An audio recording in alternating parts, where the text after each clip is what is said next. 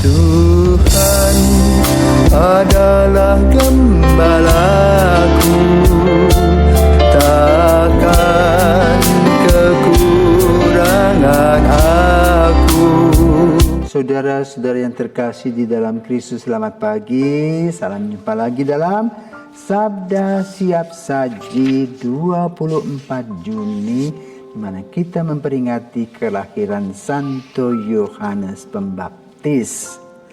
Marilah kita berdoa dalam nama Bapa, Putra, dan Roh Kudus. Amin.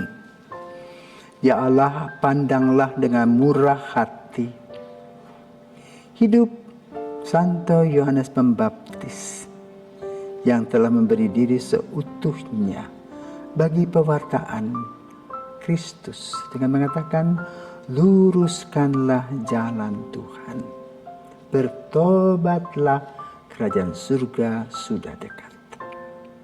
Maka bantulah kami untuk dapat mewujudkan misteri yang diwatakan oleh Yohanes Pembaptis tadi, agar kami dapat melaksanakan amal bakti kami penuh dengan kasih dan pantas di hadapan-Mu, sebagaimana Kristus Putramu yang telah melaksanakan segala sesuatunya dengan begitu baik. Demi Kristus Putramu dan Pengatara kami, kini dan sepanjang masa. Amin.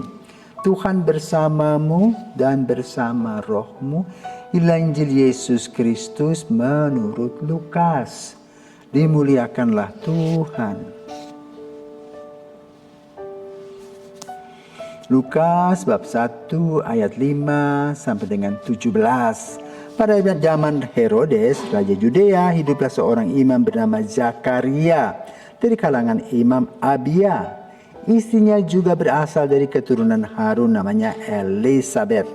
Keduanya hidup benar di hadapan Allah dan hidup menurut segala perintah dan ketetapan Tuhan dengan tidak bercacat. Tetapi mereka tidak mempunyai anak, sebab Elisabeth mandul dan keduanya telah lanjut usia. Sekali peristiwa waktu giliran rombongannya, Zakaria melakukan tugas sebagai seorang imam di hadapan Allah. Sebab ketika diundi sebagaimana lazimnya untuk menentukan imam yang bertugas, dialah yang ditunjuk untuk masuk ke dalam bait suci dan membakar ukupan di situ. Pada saat pembakaran ukupan itu, seluruh umat berkumpul di luar dan sembahyang. Maka tampaklah kepada Zakaria seorang malaikat Tuhan berdiri di sebelah kanan mezbah pembakaran ukupan. Melihat kejadian itu, Zakaria terkejut dan menjadi takut. Tetapi malaikat itu berkata kepada Zakaria, "Jangan takut, hai Zakaria, sebab doamu telah dikabulkan. Elisabeth istrimu akan melahirkan seorang anak laki-laki bagimu, dan haruslah engkau menamai dia Yohanes. Engkau akan bersuka cita dan bergembira, bahkan banyak orang akan bersuka cita atas kelahirannya, sebab ia akan besar di hadapan Tuhan, dan ia tidak akan minum anggur atau minuman keras. Ia akan penuh dengan Roh Kudus mulai dari rahim ibunya. Ia akan membuat banyak orang Israel berbalik kepada Tuhan, Allah mereka. Dan ia akan berjalan mendahului Tuhan dalam roh dan kuasa Elia untuk membuat hati bapa berbalik kepada anak-anaknya dan hati orang-orang durhaka kepada pikiran orang-orang benar.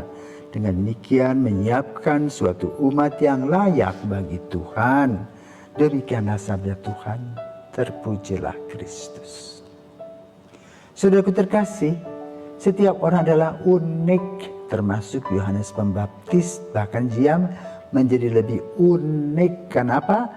Dia lahir dari seorang wanita tua yang mandul.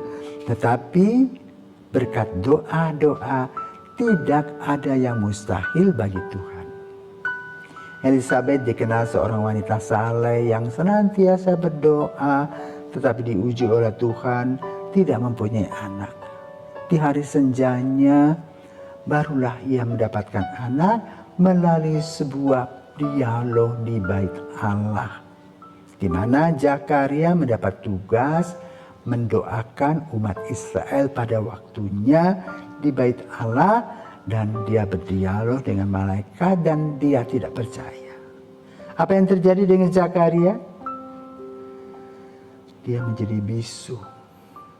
Tapi dia mendengar bahwa anak yang akan dilahirkan itu harus diberi nama Yohanes, artinya Allah Sang Pemberi. Lama menunggu dia bisa berbicara setelah anaknya lahir. Dan ketika anaknya lahir, di mana anak itu harus diberi nama, disunat, dia tidak disebut namanya Junior, Zakaria Junior, tetapi Yohanes, yaitu Allah memberi. Dan setelah itu dia terbuka mulutnya, bisa berbicara, dan kemudian dia mengungkapkan yang disebut dengan Kidung Zakaria. Nah, bagaimana kiprah dan pertumbuhan anak ini hebat. Yohanes dimasukkan di sebuah sekolah pada zamannya. Seperti dulu mungkin seminari yang belum ada itu seperti itu. Ya.